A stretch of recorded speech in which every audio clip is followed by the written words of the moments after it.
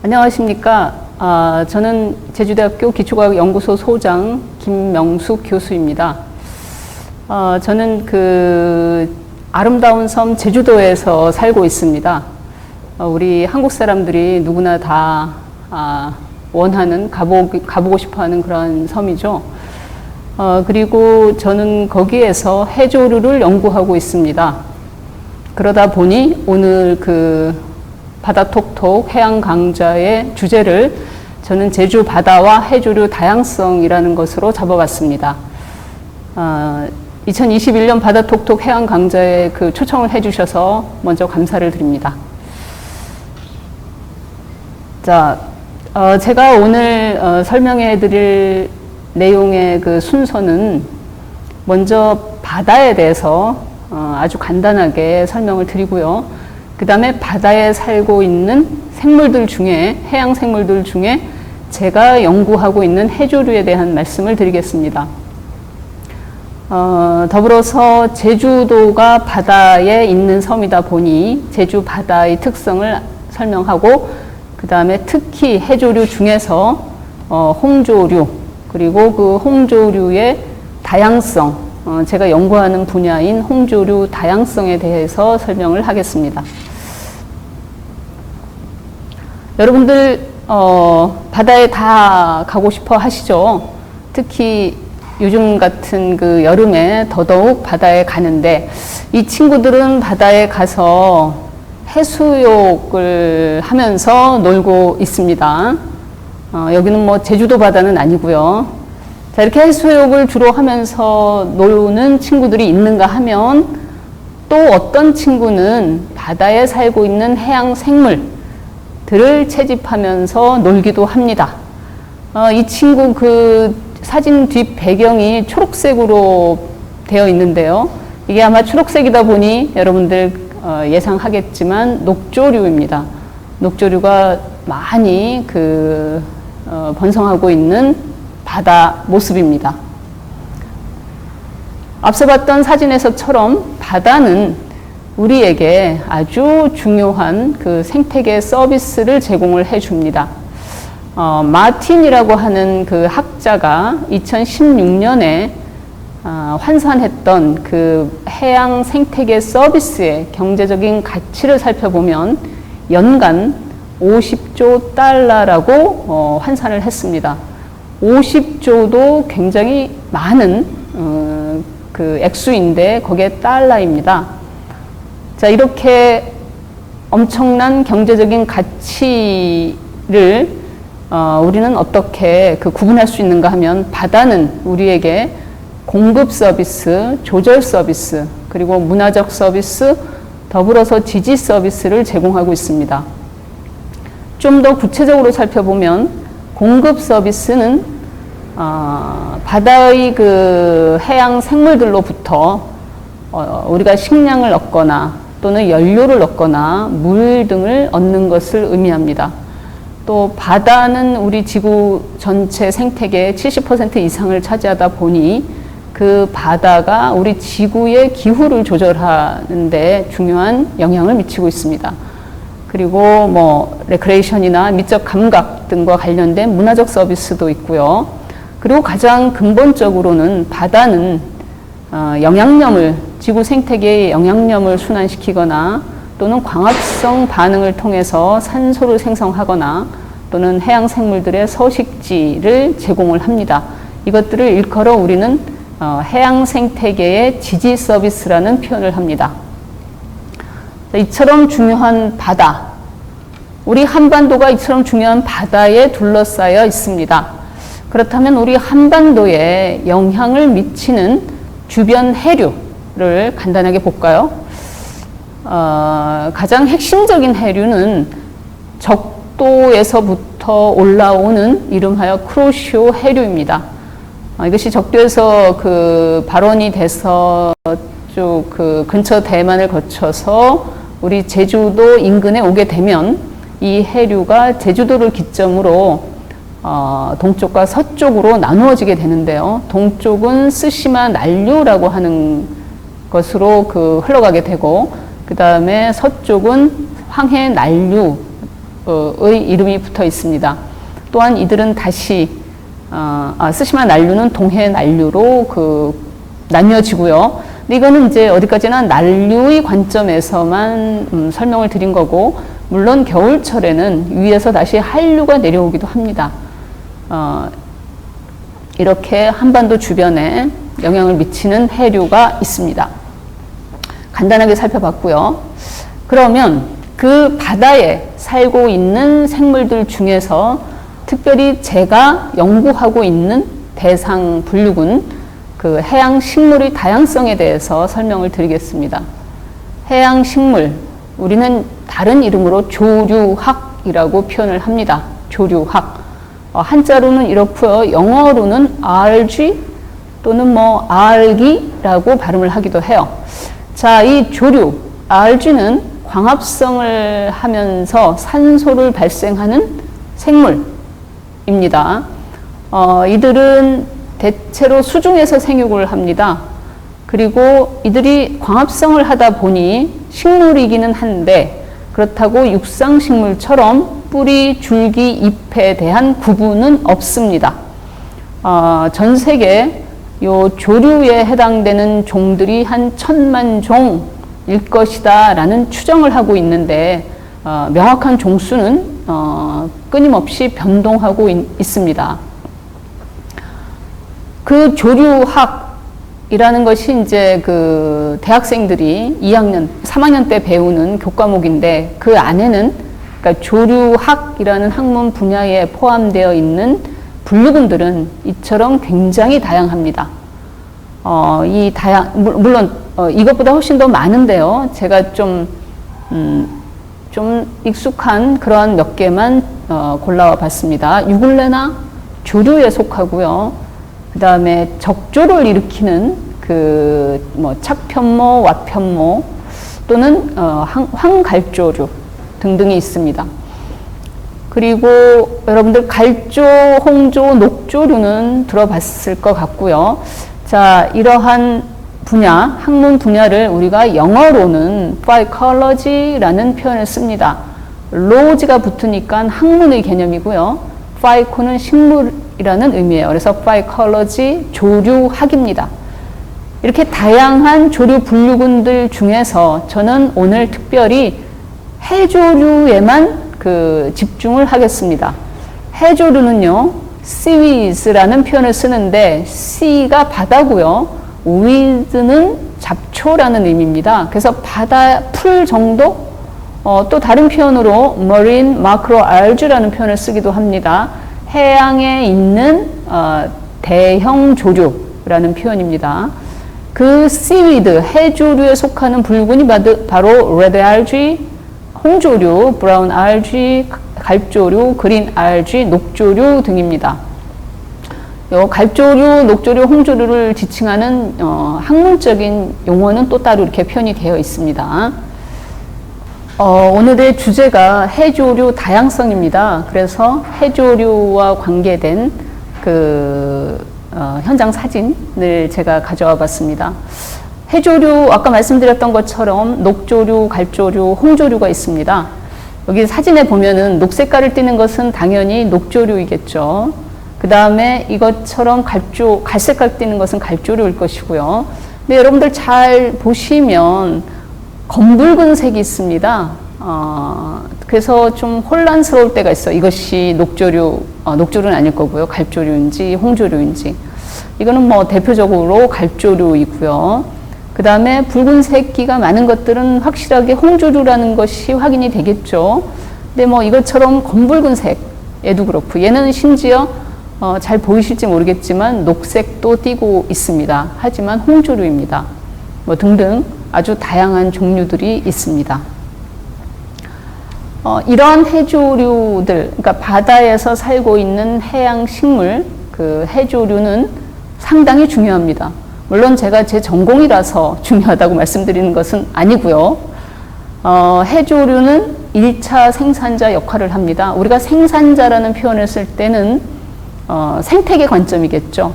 생태계 내에 이 지구 생태계를 떠받치고 있는 그 생산자가 있습니다. 바로 식물들이 거기에 해당이 되는데, 해조류도 광합성이라고 하는 그 실제 반응을 하기 때문에 생산자로서 그 역할을 합니다. 이렇게 그 해조류가 성숙을 하면 생육을 하고 있는 해조류들을 우리는 식품이나 사료 또는 비료 등으로 활용을 합니다. 자, 또한 해조류는 바닷물에 살고 있으면서 생물 여과자 또는 생체 흡착제로서 역할을 합니다. 어떻게 이것이 가능한가 하면 해조류는 바다에서 아까 설명드리기를 육상식물처럼 뿌리, 잎, 줄기의 구분이 없다고 했습니다. 따라서 해조류는 바닷속의 안반에 부착한 채로 몸 전체로 영양분을 흡수합니다. 예를 들면 해수에 만약에 특정 영양염, 예를 들어 질소나 뭐 인산이나 이러한 영양염들이 지나치게 있는 영양염들이나 또는 중금속 등을 해조류 몸체 또는 엽체 전체로 흡수를 합니다. 그 결과 해수 수질이 개선되겠죠. 뿐만 아니라 광합성 반응을 통해서 산소를 생성을 해냅니다. 이러한 그 기능과 역할 때문에 해양 생태계 직접적으로 해수의 수질을 개선시키는, 정화시키는 기능을 하게 되는 것입니다. 뿐만 아니라 해조류로부터 그 다양한 생리 활성 물질들을 확인을 하고 이것들을 이용해서 뭐 의약품이나 아니면 건강기능식품 등으로 활용을 하죠.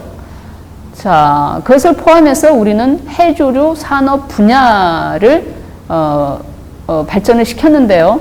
뭐 해조 콜로이드 산업, 김 양식 산업, 생물 연료 산업 등등이 있습니다. 좀 더 해조 산업에 대해서 알아볼까요? 해조 산업은 여러분들 다 아시는 것처럼 식품, 우리나라 국민처럼 해조류를 좋아하는 국민도 없습니다. 우리는 뭐 미역국을 거의 아주 많이 먹죠. 평생을 통해서. 그래서 식품으로 하는 그 해조 산업, 그 다음에 산업 원료로 활용하는 경우 뿐만 아니라 해조 가지고 에너지나 환경에도 활용을 하고요. 의약품, 그 다음에 화장품. 제주도에는 그 화장품 회사가 굉장히 많습니다. 그것이 아마도 제주도에서 생육하는 그 생물들, 특히 해조류 등으로부터 어떤 미백이나 주름 개선의 효과를 나타내는 유용 물질들을 추출을 해서 화장품으로 개발을 합니다. 그다음 뿐만 아니라 사료나 비료로서도 활용을 하고 있습니다. 그런데 이렇게 해조 산업에 그 중요한 해조류 원료가 있습니다. 특별히 그것이 뭔가 하면 해조류 다당류입니다. 해조류 다당류. 이 다당류 종류 중에 네 가지를 예를 들어보면 한천과 카라기난 그리고 알긴산, 푸코이단이 있는데요. 한천은 여러분들 아마 아실 겁니다. 대표적으로 우무국수, 우뭇가사리에서 추출되는 성분입니다. 한천. 제주도의 우뭇가사리가 전 세계 다른 어떤 그 우뭇가사리로부터 나온 그 아가보다 질이 좋다고 알려져 있습니다. 그래서 제주도 주민들은 그 제주 연안에 우뭇가사리를 채취를 해서 이것을 전량 수출을 합니다. 물론 대부분이 이제 주로 일본으로 가죠. 그래서 한천은 우뭇가사리나 또는 해조류 중에 꼬시래기라고 하는 분류군에서 주로 추출할 수 있는 해조류 다당류입니다. 그 다음에 카라기난이라고 하는 해조류 다당류는 우리나라에는 없는 종류인데요. 카파피쿠스라고 하는 주로 동남아시아나 그런 아열대 지역에서 양식하고 있는 홍조류입니다. 이것이 대표적으로 홍조류의 다당류 종류고요. 그 다음에 알긴산과 푸코이다는 갈조류에서 추출하는 해조류 다당류입니다. 그 중에서 여러분들 푸코이단에 대해서 들어봤을 것 같은데요. 푸코이단이 항종양, 그러니까 암을 억제하는 그러한 기능이 있다라고 하는 연구 결과가 지금부터 한 20년 전 푸코이단에 대한 연구가 시작된 것은 그렇게 길지 않습니다. 그래서 아주 그 갈조류의 몸값이 높아지기도 했던 적이 있습니다. 이러한 종류들을 가지고 해조 산업이 그 발전이 되었고요. 뿐만 아니라 해조류를 이용한 산업 중에 재밌는 산업이 있습니다. 종이, 해조류를 이용해서 종이를 만듭니다. 예를 들면 일본에서는 녹조류를 가지고 종이를 만드는데요.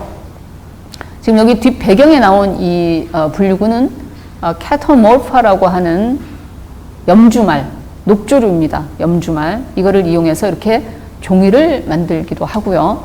그 다음에 또한 우리 한국에서는 홍조류를 가지고 종이를 만듭니다. 여기 보이는 이 분류구는 우뭇가사리입니다. 우뭇가사리에 속하는 그 각각의 종들인데, 요 우뭇가사리가 갖고 있는 그 세포 내의 성분들 중에서 홍조섬유라는 게 있고요. 이것이 종이를 만들 만큼 아주 그 질기고 섬세해서 이거 가지고 종이를 실제로 만들었습니다. 근데 상용화가 되기까지는 좀 시간도 걸리고 뭐 여러 가지가 필요하겠죠. 어쨌든 종이 산업이 있고요. 또 이제 해조류 미래 산업도 있는데요. 뭐 해조류로 만드는 신재생 에너지, 대표적으로 해조류 에탄올 또는 뭐 해조류 디젤 또는 다른 조류를 가지고 수소를 만들기도 합니다. 해조류 조류를 이용한 수소. 자, 뿐만 아니라 또 다른 미래 산업으로 바이오 플라스틱을 제작하기도 합니다. 여기는 지금 예제로 미역으로 만든 친환경 플라스틱이라고 나와 있는데요. 요즘에는 파래를 가지고도 플라스틱을 만들었습니다. 물론 연구실 수준에서는 완성이 된 상태고 이것이 상용화되기까지는 좀 시간이 필요할 것 같습니다. 자, 그러면 지금까지 설명드린 해조류에 대한 그 간략한 개요였고요. 지금까지 설명드린 것은. 그럼 지금부터는 주제를 좀 바꿔서 그렇다면 제주 바다에 대한 얘기를 좀 해보겠습니다. 여기 그 사진은 제주도 지도고요. 여기에 보이는 이 사진들은 제주도 조화대에서 직접 찍은 그러한 해양 생물들 사진입니다. 제주 바당이라는 표현을 썼는데요. 바당은 바다라고 하는 제주어입니다. 자, 제주도가 바다 위에 떠 있는 섬이다 보니 당연히 여기에 표현된 다양한 환경들로 되어 있습니다. 뭐 여러분들이 다 가고 싶어하는 해변가도 있고요. 그 다음에 항구도 있죠. 그리고 조간대와 조화대가 발달되어 있는데, 조간대라고 하는 곳은 그 밀물과 썰물 때 노출되는 그 연안가, 해안가를 조간대라고 표현하고요. 조화대는 그 늘 잠겨 있는, 바닷물에 잠겨 있는 공간, 뭐 더 깊이 뭐 20m, 30m 들어가겠죠. 거기를 조화대라고 표현을 합니다. 그리고 제주도는 화산섬이라서 안반 지역으로 다 되어 있는데 대부분이, 특별히 제주도 주변의 안반들은 그 아주 독특하죠. 색깔도 까맣고, 그 다음에 생김새도 다른 곳하고는 다릅니다. 그리고 사람이 살고 있는 섬도 있고 또 무인도도 있습니다. 제주도를 둘러싼 바다의 면적을 한 25% 정도라고 그 표현을 합니다.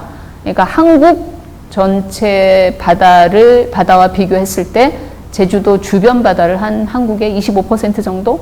그 다음에 특별히 제주도에 영향을 미치는 그 해류는 그 크루쇼 해류에서부터 갈라진 그러한 지류들이 영향을 주로 미치게 됩니다. 자, 이것이 자연 상태의 일반적인 제주 바다였다면, 그러나 현재의 제주 바다는 많이 달라지고 있습니다. 그래서 현재 제주 바다의 환경 변화에 대한 것을 4가지 관점에서 좀 정리를 해볼 수가 있는데요. 그 4가지가 부영양화, 이 얘기는 지나친 영양분들이 바다로 유입된다는 관점이고요. 그 다음에 해안가의 구조 변화, 이것은 이제 인간의 개발에 의한 것일 겁니다. 뿐만 아니라 지구 온난화와 연관된 해수 수온의 상승에 대한 관점, 그리고 특별히 제주도는 저염수가 유입이 돼서 또 중대한 영향을 미치기도 해요. 하나씩 좀 더 살펴보면은 부영양화. 이게 예를 들면요. 제주도에 골프장이 몇백 개가 있습니다. 제주도 골프장에서 뿌리는 그러니까 잔디를 그 관리하기 위해서 뿌리는 뭐 농약이라거나 아니면 뭐 등등에서 흘러드는 어떤 그 물질들, 그 다음에 농사를 지으면서 뿌리는 비료, 그 다음에 축산 폐수 또는 인간 그 환경 하수 뭐 이런 등등이 이제 제주도 안반으로부터 누적이 되고요. 그리고 특별히 제주 연안에는 그렇게 누적된 것들이 제주 연안에서 용천수라고 그래서 담수 형태로 솟아나거든요. 그러다 보니 별로 정화되지 않은 그 영양분들이 바닷물에 영향을 미치는 경향이 있습니다. 그다음 뭐 하천으로부터 들어오기도 하고, 그 다음에 하수가 제대로 정화가 안 됐을 경우도 있을 것이고요. 등등의 문제 때문에 영향을 받습니다. 제주 바다가. 그리고 제주도를 여행하다 보면 그 해안가 주변에 많은 그 양식장들을 확인할 수 있을 겁니다. 그래서 양식장, 거기서 배출되는 양식장 배출수, 그 다음에 항만 개발로 인해서 그 연안 지역의 지형이 바뀜으로 인해서 해류의 흐름이 정체돼서 어떤 그 영향을 미치기도 하고요. 뿐만 아니라 제주 주변의 해안도로가 아주 많이 발달되어 있습니다. 자, 그리고 기후 온난화 때문에 제주 주변의 그 수온이 40년간 한 1.5도가 상승했다는 보고가 있는데요. 이것은 육지 연안의 해수 온도보다 좀 더 높은 수치입니다. 그리고 중국의 양쯔강으로부터 주로 이제 여름 장마철에 영향을 받게 되는데요. 양쯔강에서 엄청난 그 폭우가 내리게 되면 거기에서부터 담수가 흘러 들어오죠. 그 담수는 바닷물에 비해서 염도가 낮기 때문에 우리가 저염수라는 표현을 쓰고 있고, 그것에 의해서 제주 서쪽 해안은 영향을 받게 됩니다. 자, 이러한 그 제주 바다의 환경 변화로 인해서 제주도에는 문제가 발생을 하고 있습니다. 그 문제 중에 하나가 이제 제주도 주변 연안에 발생한 그 대발생을 일으킨 파래입니다. 자, 여기 사진에서 보시는 것처럼 여기 이제 제주 지역이고요. 이런 파래 대발생의 현상이 한 2000년도부터 사실 현재까지 지속이 되고 있습니다. 이렇게 파래가 대발생을 일으키면 그것 때문에 가장 먼저 보는 것 자체가 힘들죠. 그래서 미관적으로 훼손이 돼요. 이거는 생태계 서비스에서 아마도 문화적 서비스에 심각한 훼손에 관한 부분입니다. 그러다 보니 도민뿐만 아니라 관광객에게 직접 간접적으로 아주 심각한 피해를 유발하게 되고, 그리고 이들이 겹겹이 쌓여 있다 보니 부패를 하게 됩니다. 그래서 그 악취도 나고 그 부패에서 발생되는 물질에 의해서 2차 환경 오염도 발생을 하는 상태입니다. 그래서 끊임없이 제주도의 그 매스컴에서 이러한 문제들을 얘기를 하고 있습니다. 여기 보이는 이 사람은 제 연구실 내 연구원입니다. 우리가 이 지역의 그 파래 대발생이 일어난 이 지역의 실제 그 면적을 추산하기 위해서 이렇게 줄자를 놓고 실험을 하고 있는 모습입니다. 자, 그런데 이와 같은 현상은 그럼 제주도 바다에만 파래가 대발생이 일어나느냐? 그렇진 않습니다. 그래서 전 세계 파래 대발생의 현황을 한번 살펴보면, 사실 예를 들어 미국의 경우는 1983년부터 이러한 대발생에 대해서 연구 그 논문이 있습니다. 그 다음에 영국의 경우는 2001년에 이미 논문 출판이 연구가 된 바가 있고요. 그리고 뭐 사우스 아프리카는 1996년부터, 그 다음에 아주 가깝게는 그 중국의 팔의 대발생입니다. 2008년 8월에 중국에서 올림픽 경기를 했습니다. 여기 보이는 사진이 바로 중국 칭다오 해안가의 파래가 대발생을 일으킨 모습입니다. 이 장소는 2008년 8월 중국 올림픽 때 이곳에서 요트 경기를 하려고 했던 장소인데, 이게 난데없이 파래가 대발생을 일으키는 바람에 이때 당시 이거를 갑작스럽게 짧은 기간 안에 치워야 돼서 수많은 중국인들이 여기에 투입이 돼서 그 사람들이 이걸 손으로 다 거둔 적이 있습니다. 그러면서 이게 매스컴을 탐과 동시에 그 우리 인터넷 사이트에 전 세계 해조류 학자들, 조류 학자들이 그 참여하는 인터넷 사이트가 있는데, 거기에 실시간으로 그렇다면 과연 이 파래가 무슨 종이냐에 대한 그 질문이 떴어요. 과연 중국에서 대발생을 일으킨 이 파래의 종류가 무엇이냐. 자, 이렇게 환경 문제가 생기면 가장 먼저 사람들이 궁금해하는 것이, 그런데 이게 무슨 종이야? 입니다. 자, 마찬가지로 제주도에 파래의 대발생이 일어났는데, 그렇다면 이게 과연 무슨 종일까? 해서 대발생 파래의 종 다양성에 대해서 제가 2016년부터 분석을 했습니다.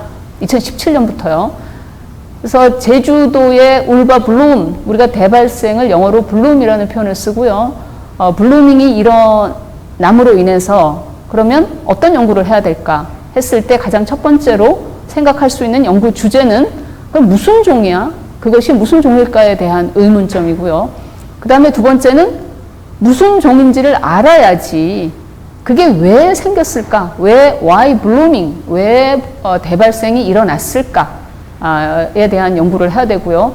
그 다음에 대발생은 그 생체량이 어마어마하게 폭발적으로 증가했다는 것인데, 그렇다면 그렇게 증가된 생체를 과연 그냥 버릴 것인가, 쓰레기로, 아니면 이것을 활용할 수 있을까? 어떻게 활용할 수 있을까에 대한 세 가지 관점에서 제가 2017년부터 연구를 했습니다. 그 중에 이제 오늘 여러분들께 살짝 말씀드릴 것은 첫 번째 주제입니다. 그럼 그게 무슨 종이야? 그래서 종 다양성을 분석한 결과에 대해서 말씀을 드리겠습니다. 자, 파래 종 다양성 분석 결과입니다.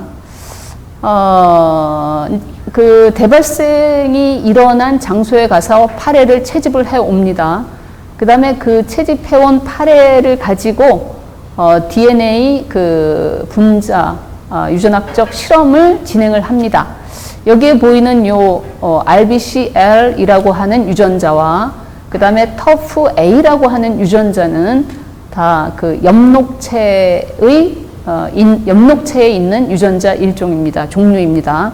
그 두 개의 유전자를 이용해서 분석을 해봤더니 대발생을 일으킨 지역에서 채집한 파래들은 종류가 한 7가지가 됩니다. 여기 개통수하고 연관된 것은 이렇게 표현이 됐고요. 그 다음에 그들을 사진을 찍어서 봤더니 표본을 만들어서 사진 찍은 것이 여기 나와 있습니다.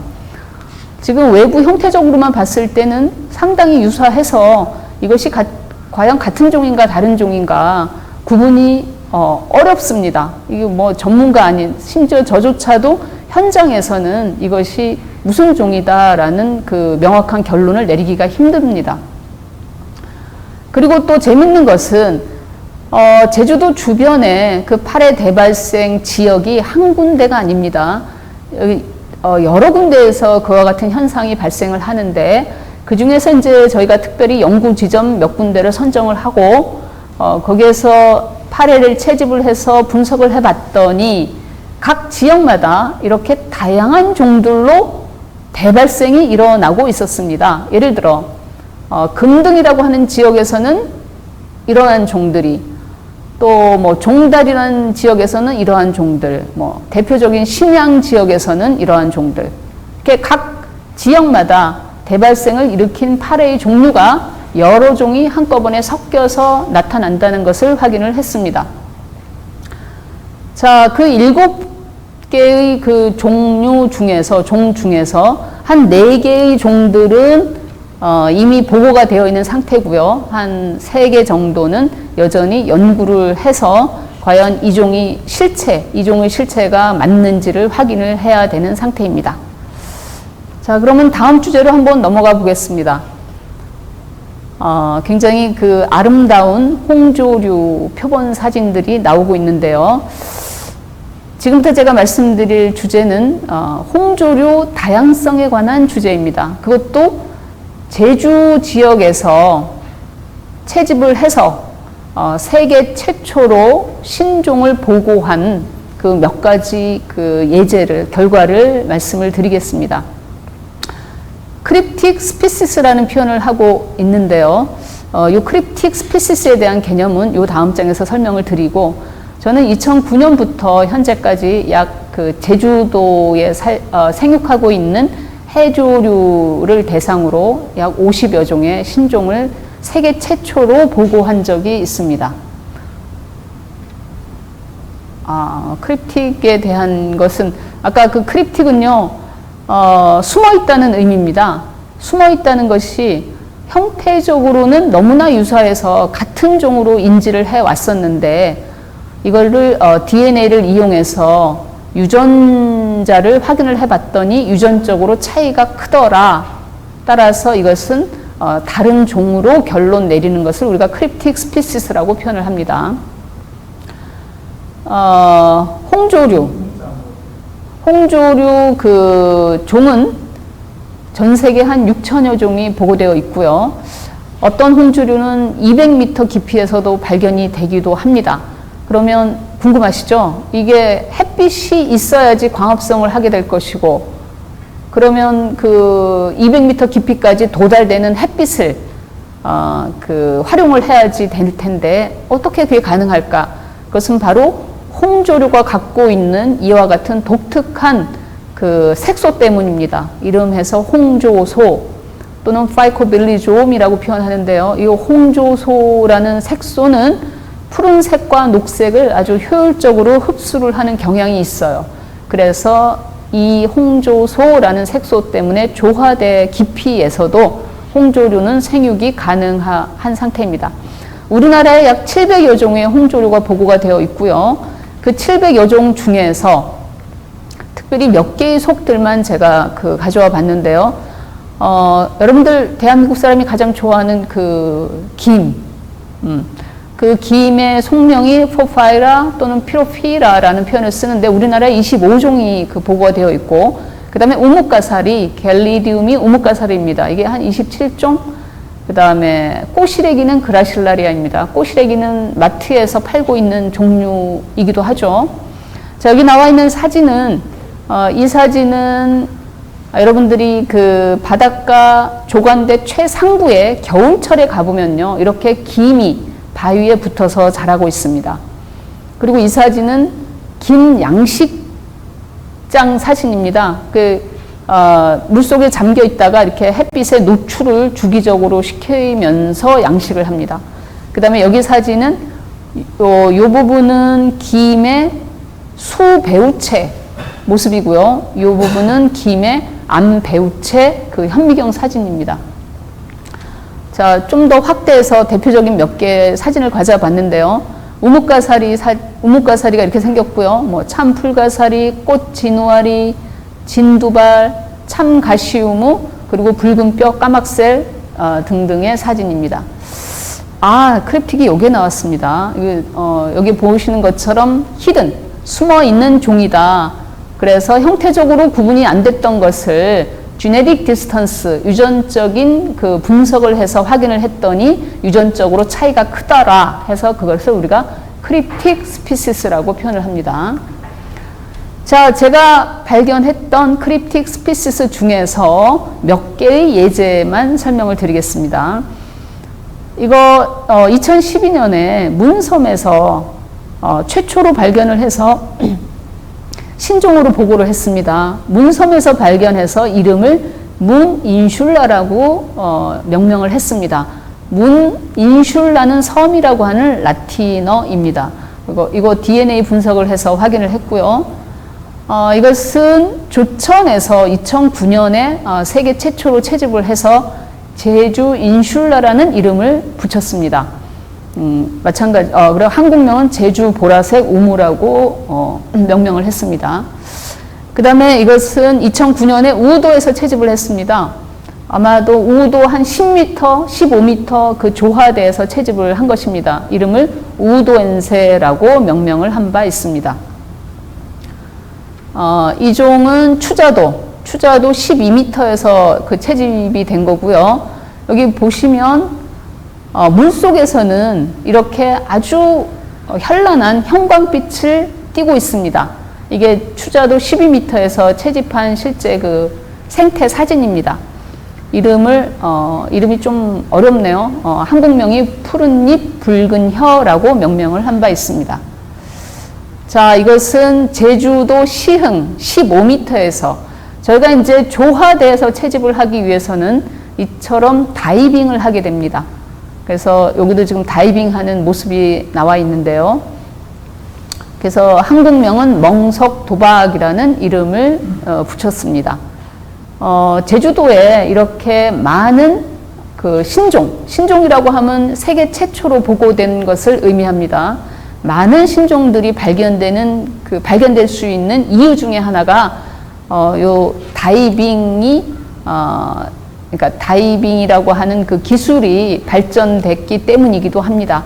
이전에는 이러한 연구가 활발하지 않았는데 요즘에는 뭐 많은 사람들이 전문적으로 다이빙을 하고 있어서 신종 또는 미기록종을 발견을 하고 있습니다. 자, 이제 이것이 마지막 그 슬라이드가 될 텐데요.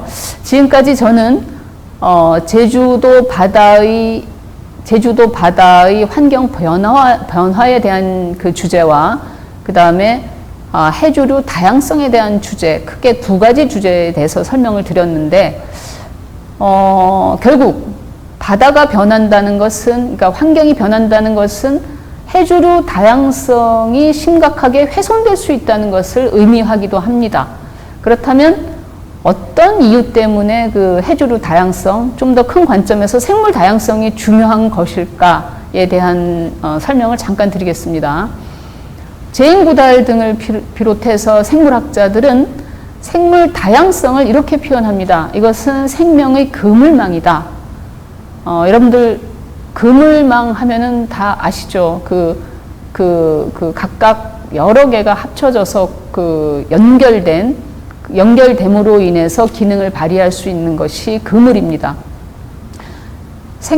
각각의 생물들이 생명을 지탱하기 위해서 펼치고 있는 그물망에 해당이 될 텐데, 이처럼 생명의 그물망이 아주 건강하게 유지가 되는 곳이라면 그곳의 그 생태계는 안정적이고 평형을 유지할 수 있을 것입니다. 그러면 안정된 생태계에서는 우리가 가장 첫 번째로 말씀드렸던 해양 생태계 서비스를 온전하게 제공받을 수가 있습니다. 다양한 해양 생태계 서비스가 있지만 그 중에 대표적인 몇 개를 가져와서 여기 나열을 했는데요. 물과 공기의 오염을 정화시킨다거나 기후를 조절한다거나 영양염을 순환시키고 그 다음에 식량 자원이기도 하고 등등 이러한 제대로 된 건강한 생태계 서비스를 제공받기 위해서는 우리가 생물 다양성을 보존해야 합니다. 그래서 오늘의 바다 톡톡 해양 강좌이다 보니 특별히 저는 해조류에 대해서 초점을 맞췄고, 그 해조류 다양성을 유지하고 보존하기 위해서는 결국 해양 보호구역을 지정을 해서 이것을 보존을 해야지만 생명의 그물망이 제대로 유지되고 인류가 살아나갈 수 있을 것이라고 굳게 믿습니다. 오늘의 이 강의가 여러분들에게 조금이나마 도움이 되었기를 바라면서 이만 강연을 마치겠습니다. 고맙습니다.